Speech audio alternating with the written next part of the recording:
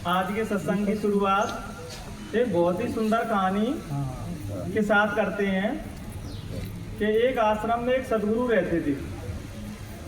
और जो बहनों भाइयों सबको जो समझना है कहानी हमारे ऊपर कही जा रही है, जो नहीं समझना वो कहानी है, जा कान से सुनो, जा कान से निकाल दो। हर एक व्यक्ति के लिए वो कहानी है और मेरे लिए भी है वो कहानी।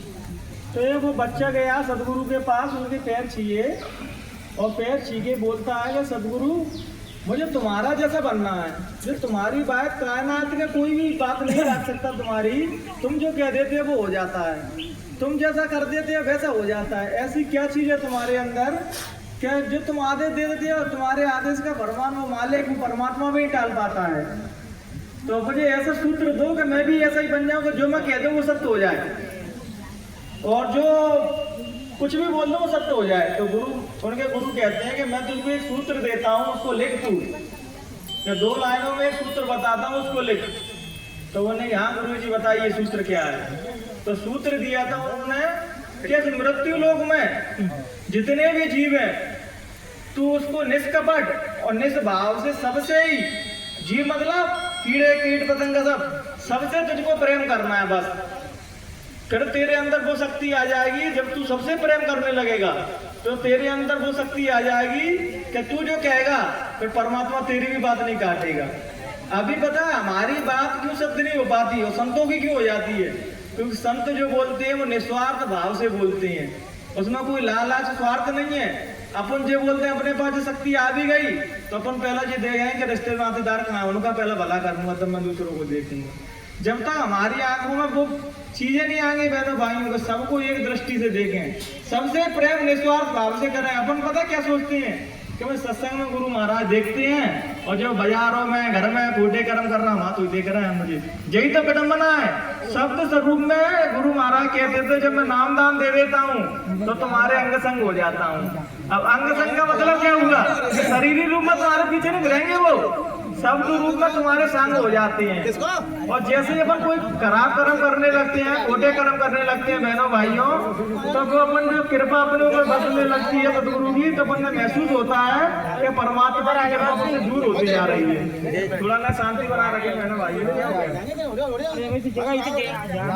भौतिक का देखो बहनों भाइयों, जो सूक्ष्म शरीर देवी देवता तुम्हारे आसपास रहते हैं, तुम्हें दिखाई देते हैं, ऐसे ही सदगुरु भी अभी भी अपने आसपास रहते हैं, लेकिन हमको दिखाई इसलिए नहीं देते कि हमारी उस लेवल की साधना नहीं है कि वो दिखाई दे अपन को। हमें अपन उसको ही देख सकते हैं जो पंच भौतिक में है, जो सूक्ष्म शरीर में उनको नहीं देख सकते। अब तुमको सदगुरु से कोऑर्डिनेट करना है, उनसे बात करनी है, वार्तालाप करना है, तो तुम्हें ध्यान में समाधि में जाके और तुमको भी उस सूक्ष्म शरीर में जाना पड़ेगा जिस सदगुरु से बात होती है। लेकिन हम ऐसे लोग हैं कि लोग जितना गुमराह कर रहे हैं संगत को बाहर की तरफ दौड़ाने में लगे हैं कि भाई यहाँ भग जाओ वहाँ भग जाओ। अभी एक और मैंने कल परसों एक बात सुनी को 84 की कोसी परिक्रमा की तैयारी चल रही है। अरे भैया हम वृद्ध लोग हैं सब, कभी टांग मांग टूट गई, बीमार हो गए और नित्य पर बैठ के करें भजन करो। प्रचार की गुरु महाराज ने नहीं गए इस चीज की 84 कोल की परिक्रमा की, अभी तो अपन मन से ही बातें बना रहे हैं इन चीजों की। गुरु महाराज ने प्रचार की तो 84 लोग क्यों आ गए, अभी तो गिरिराज जी की फेरी देते हैं अपन को। घर पे बैठ के व्रत हो जाए तो भजन करना सबसे सरल और सहज रास्ता दे दिया। अगर हम वो नहीं कर पा रहे हैं तो अपनी बुद्धि की पहलवानी कर रहे हैं अपन, तो बाहर भटक रहे हैं कि बाहर कहीं मिलेगा मुझको। इसका मतलब हम क्या गुरु महाराज की बातों पर विश्वास नहीं है, हम तो बाहर ढूंढ के बताएंगे, गुरु महाराज को गलत साबित करके बताएंगे, बाहर ढूंढेंगे हम तो। अब वो तुम्हारे पहले ही कहेगा कि परमात्मा जब भी तुमको दीदार देगा उसका अनुभव होगा तुम्हारे घट के अंदर ही होगा।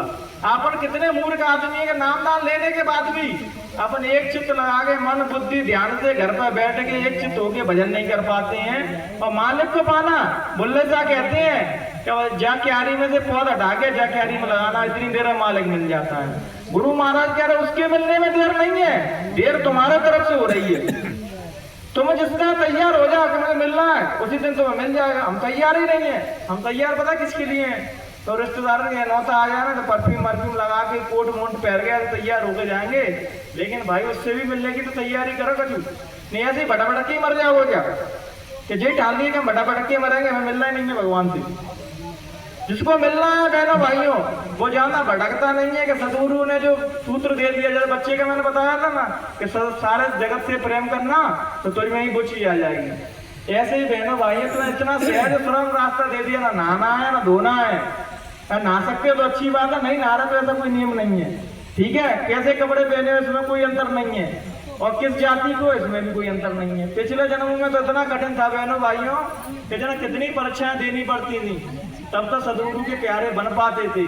लेकिन आपको तो आपने सहज से ही स्वीकार कर लिया है, तो अपन कितने गुरु महाराज का कोई दोष नहीं है, अपने ही कितने नालायक निकृष्ट हैं कि अपन वो भजन करके गुरु के प्यारे नहीं बन पाते। भजन ही संतों को प्यारा है, महात्मा को। तुम सोचो मैं और दिमाग की खुरापात करके और कछु प्यारा बन जाएगा तो वो नहीं बन पाएगा। भगवान की भक्ति जितना करोगे तुम, अपने गुरु के प्रेम में जितना डूब जाओगे, उतना ही तुम्हारे अंदर से एक अच्छा व्यक्ति निकल के आएगा। अभी अपन पता क्या करते हैं बहनों भाइयों, हम हर व्यक्ति दोहरे चरित्र के साथ जीता है कि वो अंदर कुछ है बाहर कुछ है। और साधक की और साधु में जिन निशानी नहीं है, उनको अंदर बाहर एक सा हो जाएगा कि जैसा बाहर साफ है वैसे ही अंदर है, फिर तुम्हें परमात्मा मिल जाएगा। लेकिन विडंबना क्या पता है कि हम अपना बुद्धि से, चालाकी से, छल कपट से भगवान को पाना चाहते हैं। कि जैसे मैंने जो भाई साहब को मूर्ख बना दिया, गुरु महाराज को बना दूंगा झूठ बोल वाल के, तो भैया वो गुरु महाराज है, मुझको साधारण इंसान तो ये तो उनसे तुम झूठ बोल के निकल जाओगे। एक बार ये तुम बहनों भाई पता है जो नियम बताए उसको तोड़ देना, लेकिन भजन में जो चीज याद रखना कि सदगुरु इनके भी अंदर है, इनके अंदर सब अपन के अंदर सदगुरु हैं। और अपने एक दूसरे की कैसी भावना रखते हैं कि वो हमारा दुश्मन है, वो फलाना है, वो ऐसा है, वो वैसा। अरे भैया गुरु महाराज की सब बच्चे हैं अपन, जितना तुम सबसे प्रेम करोगे, जिनका प्रेम तो ऑटोमेटिकली तुम्हें मिलता रहेगा। और जो तुमने जो सोची कहने जो गुरु महाराज का जे अलग है, जे वो है, जे ऐसा है, वो वैसा है, भाई कहते हैं कि एक पेड़ में की टेलियां देखो कितनी सारी निकल गई। नाम तो गुरु महाराज की चल रहा है बहनों भाइयों, तो तीसरा नाम चला रहा है कोई। तो जब गुरु महाराज का नाम चल रहा है तो गुरु महाराज का टेल लग गया उसके ऊपर, जाके टोपी पहले तो गुरु महाराज का बच्चा हो गया कि नहीं बहनों भाई। मैं आपसे पूछ रहा हूँ, तो उससे नफरत क्यों करना? मैं नफरत तो हमें किसी से भी नहीं करना है। अगर तो भगवान को पाना है तो केवल सत्संगियों से प्रेम नहीं करना, पूरे संसार को प्रेम करो। और जिस दिन तुम निश्चय छोटे बच्चे की तरह अबोध हो जाओगे, क्योंकि संसार की कोई ज्यादा जानकारी नहीं है, केवल प्रभु को देख रहे हो और अपने आप को देख रहे हो, तब भगवान मिलेगा तुमको बहनों भाइयों। इतना सरल होता तो हर किसी को मिल गया होता। वो कहते नहीं घट घट बैठा साइया सूनी पड़ी सेज, और भले हारी जा घट की बागट प्रगट हो। यूं तो सबके अंदर है वो, लेकिन कोई कामिल मुर्शिद उसको पा लेते हैं तो फिर वो मैं कामिल मुर्शिद के रूप में दिखाई देने लगता है। तो कामिल मुर्शिद ये कहते हैं भाई जो मेरे अंदर दिखाई दे रहा है वो तुम्हारे भी अंदर वही बैठा है। बस ये है कि मैंने ध्यान भजन साधना करके तपस्या करके उस चीज को प्राप्त कर लिया। तुम तपस्या करोगे तुम भी प्राप्त कर लोगे। गुरु महाराज ने कभी कही थी, गुरु महाराज ये कही थी, प्रभु से मिलने के लिए भटका बहुत था। जब मुझे रास्ता मिल गया सरल तो मैंने दिन रात एक ही आसन पर बैठ के खेतों में खूब साधना की, 18 घंटे भजन किया। जब 18 घंटे भजन करके उस मालिक को प्राप्त कर लिया तो जो दौलत उनके सदगुरु ने उनको दी तो निस्वार्थ भाव के पूरे संसार को उन्होंने बांटा। तो ये चीज हमें भी तो सीखना है कि भजन करके साधना करके वो मिलेगा, बाहर कहीं नहीं मिलेगा। बाहर चीज है कि अपन गुरु महाराज के प्रचार कर रहे हैं, उनके विचार बता रहा है, बहुत अच्छी बात है, लेकिन अब उद्देश्य प्रचार का नहीं था वहाँ। 84 कोच की परिक्रमा का आ गया तो गिरिराज जी वाला सिस्टम आ गया कि दारू पी के आदमी गिरिराज जी की फेरी दे रहा है। तो क्या मतलब तुम गिरिराज जी तुमसे कह रहा है कि दारू पी के फेरी दो उनकी, नहीं फिर भी आदमी नहीं मानता है, उल्टे सीधे कर्म कर रहा है। वो कहता मैं काली को मानना हूँ, मैं हनुमान जी को मानना हूँ, मैं शंकर जी को मानता हूँ। ऐसे लोग बहनों भाइयों किसी को नहीं मान सकते। अगर तुम किसी को भी मान रहे हो तो देवी देवता हमको जी सिखाते हैं, क्योंकि देवी देवता तो सबसे प्रेम करते हैं, करते कि नहीं बहनों भाई। काली माता ने जो शस्त्र उठाया था तो धर्म की रक्षा के लिए उठाया था, अपनी रक्षा के लिए उठाया था बहनों भाई। ये नहीं उनका शौक था कि नहीं मारना है, गला काटना है। और आज अपन क्या कर रहे हैं, अरे वो काली पूजने जा रहे हैं, लोहड़ी पूजने जा रहे हैं तो बकरा तो नहीं चलो तभी तो माता प्रसन्न होंगी। हमारा बर्फी चढ़ा दो तो माता लठ दे रही, मैं बर्फी नहीं खाऊंगी, बकरी खाऊंगी। माता तो जगत जननी है, वो तो तुमसे प्रेम कर रही है, बकरा से ही प्रेम कर रही है, क्योंकि तो जगत की माँ है। ऐसे देवी देवता है बहनों भाइयों, शंकर जी के नाम पर चलम फूक रहे हैं अपन। संत तो कोई बढ़िया है जो चलम फूक रहे हैं, नहीं भैया वो संत नहीं है, वो नशेड़ी है। संत तो वो है बहनों भाइयों कि उनके आदर्श पर चल के, उनके विचारों पर चल के तुम उस परमात्मा से मिल जाओ। जिसके खुद के विचारी पूजनी नहीं है, जो खुद के विचारी ऐसे नहीं है जिन्हें फॉलो करे लोग, मार्गदर्शन ले उनसे, बताओ उनसे तुम भला क्या सीख पाओगे। कोई अकेली बहन बेटी चली गई, वो गांजे नशे में बैठे हैं तो बोला जी वो तो नहीं है, कौन बहन है कौन मेरी माँ है, तो बेहोश हो गए तो खुद ही बैठे हैं। अगर इंद्रियों को रोकना है बहने भाई तो नशा पत्ते करके मत रोको, भजन तुम करोगे परमात्मा के रास्ते पे चलोगे, तुम्हारी बुराई एक एक करके अपने आप छूटती चली जाएंगे। और नहीं छूट रही इसका मतलब अभी हम कहीं ना कहीं हमारी गाड़ी हम बस में बैठे ही नहीं है, इसलिए तो सब बेकार हमें भरे पड़े हैं। और बस में कहते हैं ना, एक संत बहुत अच्छी बात कह रहे हैं कि अध्यात्म जगत में उसी की एंट्री होती है जिसने रोना चालू कर दिया है। रोना चालू कर दिया मतलब उसकी एंट्री हो गई है अध्यात्म जगत में। अब वो मालिक के मिलने के लिए तैयार हो रहा है आपको। जब तक तुम रोगे नहीं, कहते नहीं ये तो पिघलोगे नहीं तो तुम मोम कैसे बनाया जाएगा, तुम्हारे सरल व्यक्ति तुम्हारे अंदर कैसा निकाला जाएगा। अभी हम मोड़ा मोड़ा मर जाए घर में, कभी मरमुर जाए दया से रोएंगे भपिया भपिया। लेकिन गुरु महाराज के लिए कोई रोता है? गुरु महाराज कह है कि मैंने मालिक को रोके प्राप्त किया, जिसको भी मिला है रोक ही मिलाएगा। सस्कंद न पाइया जिन पाया तिन रोई। जिनको भी वो परम पिता परमात्मा वो खुदा मिला है वो रोक ही मिला। जिसने खुद ही को मिटा दिया वो खुदा का स्वरूप हो गया है। अभी हम अपने अहंकार में तो डूबे हैं। किसी को शरीर का अहंकार है कि मैं बहुत जवान हूँ, किसी को जाति का अहंकार है, किसी को पैसे का अहंकार है, कोई अच्छा बोल रहा है बा का अहंकार है, कोई महिला जाना सुंदर है बा का अहंकार है, किसी को जाना पैसा है बा का अहंकार है। और कहते हैं कि जहाँ अहंकार होता है उसके हृदय में कोई परमात्मा नहीं आ सकता। और परमात्मा तभी आता है जब अपने अहंकार को हम गला देते हैं।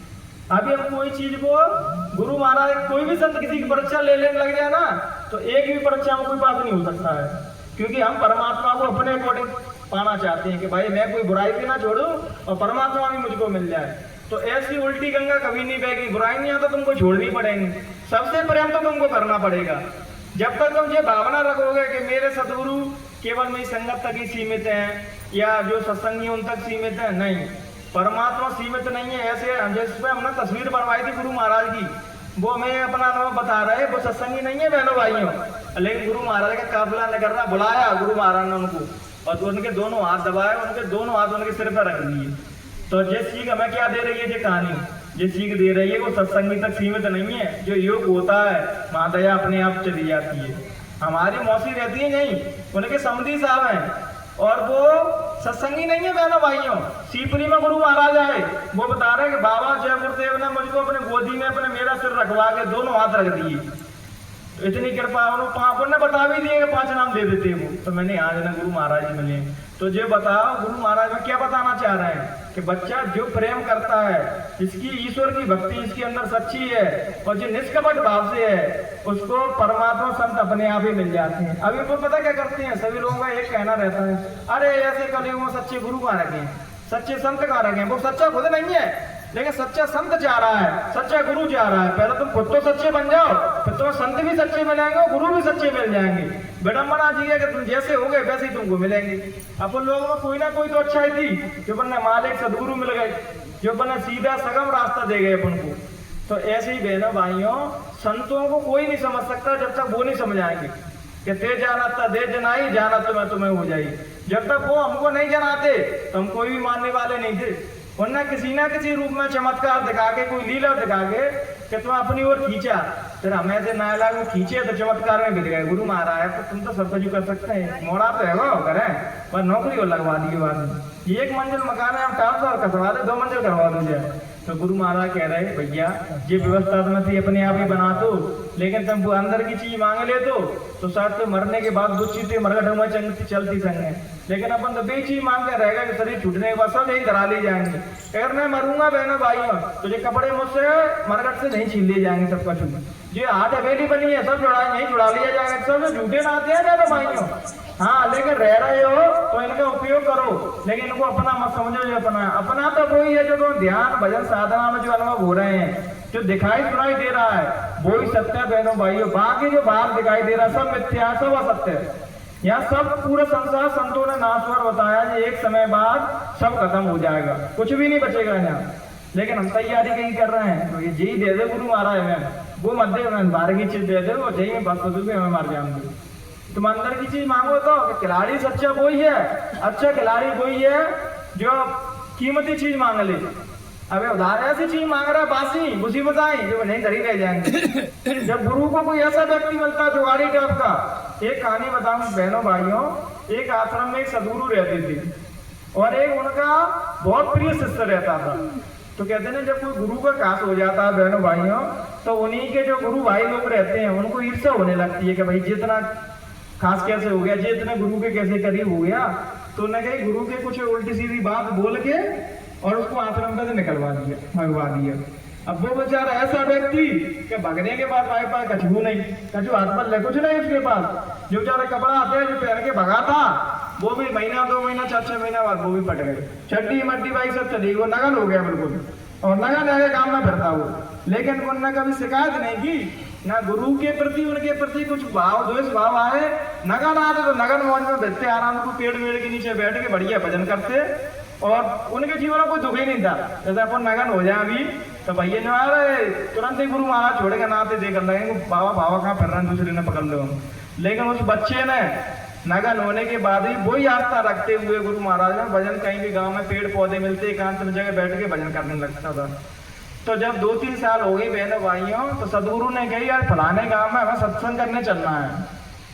अब देखना कहानी का मोटिव कितना अच्छा है। तो जब सदगुरु वहां पहुंचे तो उस बच्चे को देख के, बच्चा नहीं रोया उनको देख के, उसका तो प्रेम सच्चा ही था, लेकिन उसको देख के गुरु रोने लगे कि भैया ऐसी स्थिति पे तो आगे पत्थर भी पिघल जाता, लेकिन तू नहीं डगमगाया, मेरी तारीफ हो रही है कि गुरु महाराज आपने सच्चाई कुछ ऐसी दी थी कि मैं इधर से उधर डगमगाया नहीं, बिल्कुल नहीं। आपकी सच्चा मैं नगन भी था, तब भी मुझे ऐसा लग रहा था कि मेरे सिर पे एक ऐसा हाथ रखा कि माने दुनिया का करोड़पति व्यक्ति मैं ही हूँ। तो गुरु कहते हैं कि देख लो इसको, एक तुम लोगों को कर रहा लगा मांग पे मांग, मांग पे मांग, मांग पे मांग, एक इसको देख लो नगन खड़ा सबन के सामने, तब भी क्या कह रहा है कि भाई तुम पे तुम्हारा हाथ रखा तो दुनिया का सबसे रईस आदमी मैं हूँ। और हमारा चित्त कैसा है बहनों भाइयों, शिकायतों से भरा हुआ। गुरु महाराज से जुड़ गए तो कोई गुरु महाराज की चुटकी बजाए चंद मिनटों में सब मारे पाप कर्म खत्म करते हैं। भले हम सुधरे नहीं, करने के बाद फिर उनके कर्म करेंगे, लेकिन चाह जी रहे हैं गुरु महाराज से भैया 50% तुम सुधरो तो 50% गुरु महाराज सहयोग करेंगे। तुम 1% भी चलने को तैयार नहीं है और गुरु से 100% की उम्मीद लगा लेते हो गुरु, लेकिन वो फिर भी करते हैं। लेकिन थोड़े तुम भी तो बनो कि तुम्हारी वो पीठ ठोक सके, तुमसे कहेंगे हाँ जी हैं बच्ची कि भाई किसी में रोया नहीं, अफसोस नहीं किया। भजन का मार्ग ऐसा है बहनों भाइयों, अगर तुम रोने लगे, हताश होने लगे तो तुम भजन नहीं कर सकती। यहाँ संसार में संतों महात्माओं को तो सताया जाता है, और जब तक ना हो भक्त की हंसी तब तक ना लगे प्रीति सांची। जब तक तुम्हारी निंदा आलोचना नहीं होंगी बहनों भाइयों, तब तक तुम्हारे मालिक से परमात्मा से प्रीति सच्ची नहीं लगेगी। जब यहाँ गुरु महाराज को बख्शा नहीं लोगों ने तो अपन लोगों को छोड़ देंगे। कई लोग आते होंगे बहनों भाइयों तो रोज कोई ना कोई मिल जाता होगा ताने मारने के लिए। हम लोग भिंड से आ रहे तो माए बाबा मिल गया हमें, ये तो जेल में गए थे। तो भाई गुस्सा में ऐसी आई, फिर हमने जिस बीच में है तो वो अच्छा ही लगा। यानी भैया जेल में तो गांधी जी भी गए तो उनके नोट में छापे कुछ चला रहे हो, तो जेल में जाने से जिस साबित हुए खराब आदमी है। जेल में तो अपने जो क्रांतिकारी जितने भी महापुरुष थे सब गए थे, तो क्या सब बेकार आदमी हो गए। भैया उस टाइम की जेल पता क्या थी, निर्दोषों को जेल में डाला जाता था, क्योंकि अंग्रेजों की सरकार थी और बेकसूर बेचारे जो बेचारे हरामखोर थे वो बढ़िया गद्दीन पर बैठे थे। और वो व्यक्ति जो संत कह रहा था वो खुद दारू पिए था। मैंने कहूँ ना सूंघले थे थप्पड़ देगा कोई, भगवा कपड़ा पहन के क्या कर रहा है, अपन यही तो कर रहे हैं। बाबा पता कैसे हैं, बाहर से कपड़ा पहने हरते थे अपन लोगों का मूड, कोई बाबा के भेष में देखा भला के अंदर कछु नहीं हो, तुरंत पाए में लौट पड़ेंगे, अरे ये महात्मा जी आ गया। अरे पहला उसके अंदर ये भी तो देखो कि महात्मा वाले गुण है क्या नहीं उसके अंदर। बेस रखने वाले 99% महात्मा मिलेंगे, लेकिन सच्चा जो अंदर बाहर से महात्मा होगा वो 1-2% होगा बहनों भाइयों कोई, और वही हो सकता है सच्चा महात्मा जिसको सदगुरु की नजरें करम होंगी। यहाँ जो और लोग संत है वो सदगुरु की महिमा ही नहीं, परमात्मा की महिमा गाएंगे लेकिन गुरु की महिमा को कोई नहीं गाएगा। जब तक तुम गुरु की महिमा को नहीं गाओगे तब तक वो रास्ते गुरु महाराज कह रहे वो खुलेंगे ही नहीं। जो तो कहने की बात है कि तुम माला घुमाओगे तो तुम मिल जाएगा, वो कब मिलता है पता है, जब 100% अपने गुरु में परमात्मा जैसा विश्वास हो जाता है कि ये तो शरीर रूप में जो मेरे सामने बैठे हैं ना, ये परमात्मा ही है मेरे लिए, जब ये भाव हो जाता है मंदिर मस्जिद सब छोड़ देता है, पागलपन जिसमें जुनूनी सवार हो जाती है, पागल हो रहा है वो, समझना अब उसमें भक्ति का रंग चढ़ रहा है। अभी हम तो जहाँ तो मिले तुरंत मत्था टेक देते हैं, जी जय श्री राम, जय हनुमान, जय फलाने जय गाने। मैं निंदा किसी की नहीं कर रहा, लेकिन आपको अपने गुरु में ये देखना है कि भाई जो चीज तो वो दे सकते हैं गुरु महाराज ने कि जो सब कमर से लटके हुए हैं, तो समझो जब देवी देवता कमरे से ही लटके हैं तो वो कहाँ है फिर। लेकिन इतना विश्वास कोई बिरला ही को हो पाता है। हम कहने को तो ना कहा चाहते अच्छी अच्छी प्रार्थना गा जाओ, कुछ भी कह जाओ, लेकिन अंदर से हमें पता है कि अंदर से आदमी जब तक अंदर से नहीं सुधरेगा, चाहे तुम कितने भी अच्छे प्रार्थना गा लो, चाहे कछु कर लो, तुम परमात्मा ना मिलेगा ना रिझने वाला है। तो भीतर से अच्छे हो गए तो बाहर से तो कैसे ही बने रहे, बड़ा कड़वा बोलो, नारियल की तरह, नारियल का स्वाद देखा मैंने भाइयों, बाहर से कड़क अंदर से तो अपन ने भीतर से अच्छा बनना है, बाहर दिखावा जरूरत नहीं है, क्योंकि संत महात्मा अंदर की बात देखते हैं, बाहर की नहीं देखते। बस इन्हीं विचारों के साथ हम अपनी वाणी को यहीं बढ़ाम देंगे। बहनों भाइयों, कहने सुनने में कोई सी प्रकार की त्रुटि रह गई हो तो मैं कोई ज्ञानी म्यानी महात्मा नहीं है, छोटे अपना बच्चे जैसे मैं, माफ कर देना। जय गुरुदेव। बहुत बहुत धन्यवाद।